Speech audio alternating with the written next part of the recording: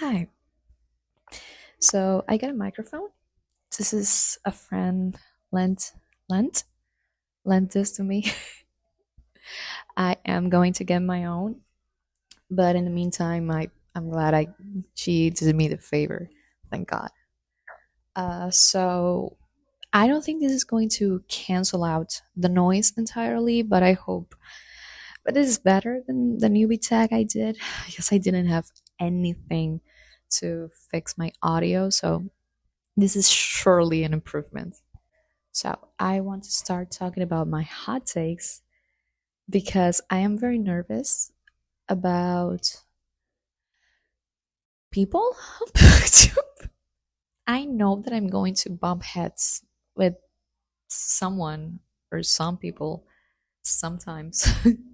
And I just want to get it out of the way because I am nervous about it. So I just want to tackle. So I just want to tackle it on right now and just get it over with and just uh, get used to being nervous and speaking my mind on YouTube, because that is what I want to do. That is exactly what I created this channel because I want to say what I want and say what I think and say what I believe in. So let's begin. I don't care what you read as long as you are reading. Whether you read fantasy or romance or dark romance or romantasy or smut, or any other, I'm just saying the ones that create the most controversy or the ones that people tend to look down upon. Stop telling people that it's wrong to like something. I know that a creator recently got into a lot of heat because she was um, pretty much speaking poorly of romantasy girlies.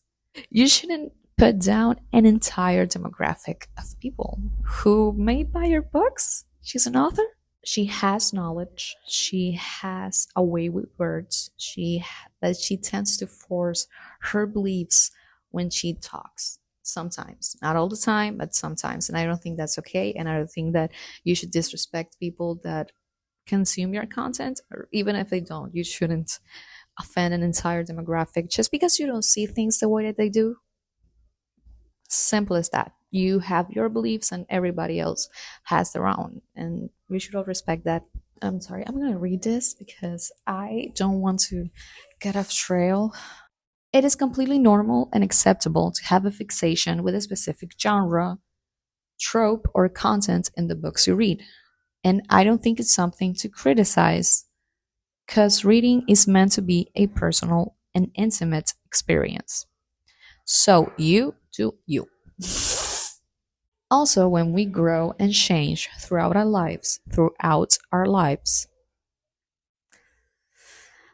our interests also tend to change, which is natural. So you may only like something specific for an amount of time and later switch to something else entirely or add new things but still continue to enjoy the same things from time to time. I'm going to say something that you're probably sick of hearing, but reading is subjective.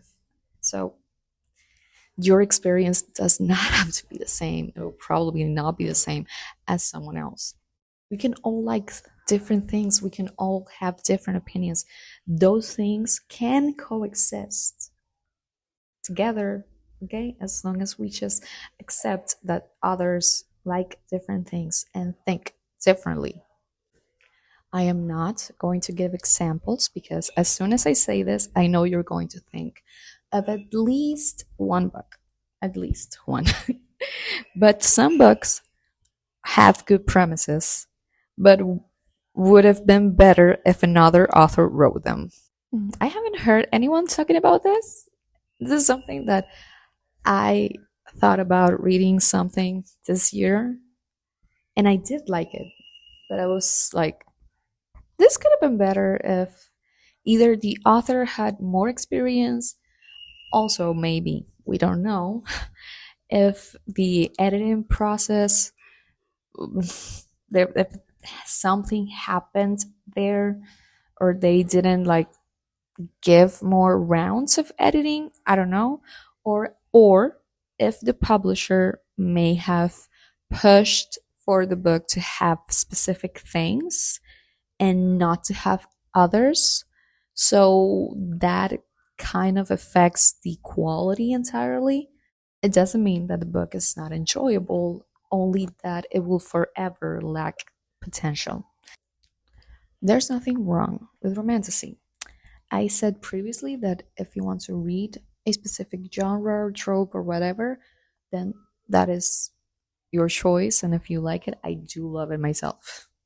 So let's just respect what each likes. I believe romantasy has the potential to be good, maybe even great, if authors come up with unique ideas and different storylines.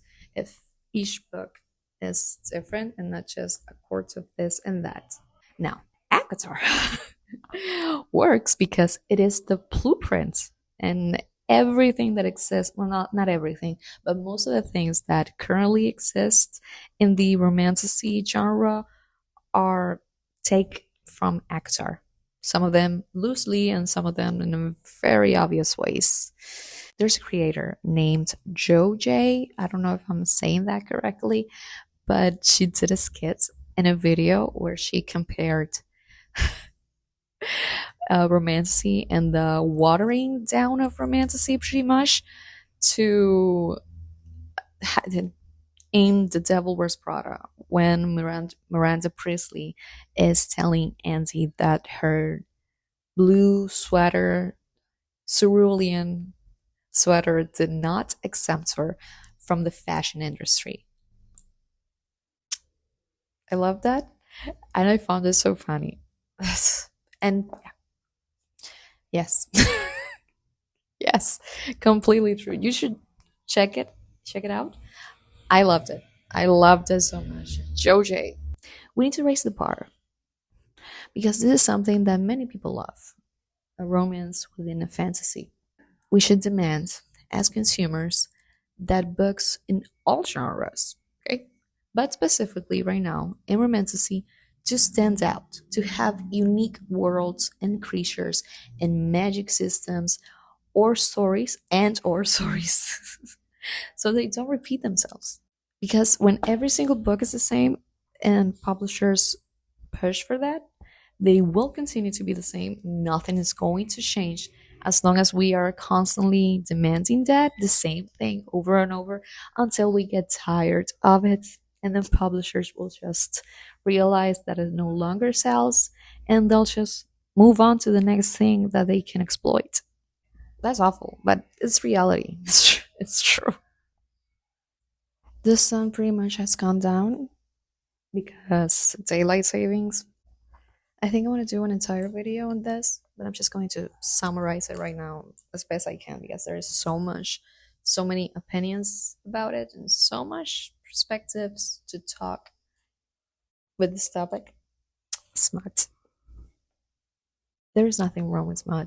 And smut is not destroying women's literature. Smut is not corn.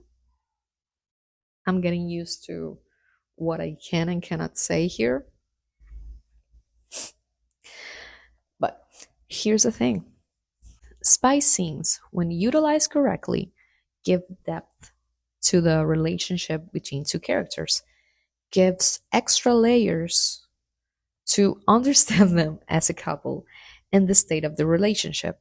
If it's toxic or complicated the first time, before a breakup, or if they're getting back together, or whatever other context.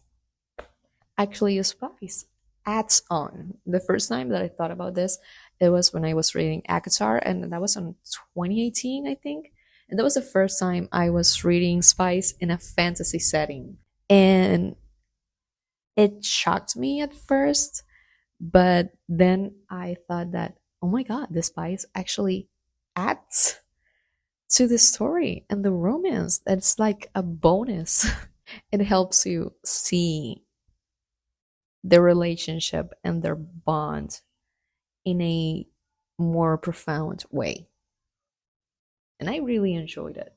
If you were to give me Fourth Wing without any spice, I will still read it and I will still enjoy it because The pacing is great. It is so fun. It's action packed, and I if you remove the spice, okay, Smut is not destroying women's mind.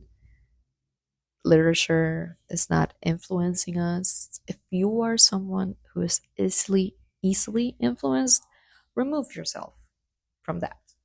Either that person, content, media, whatever. If you see that it's not doing you good, remove yourself as best you can do.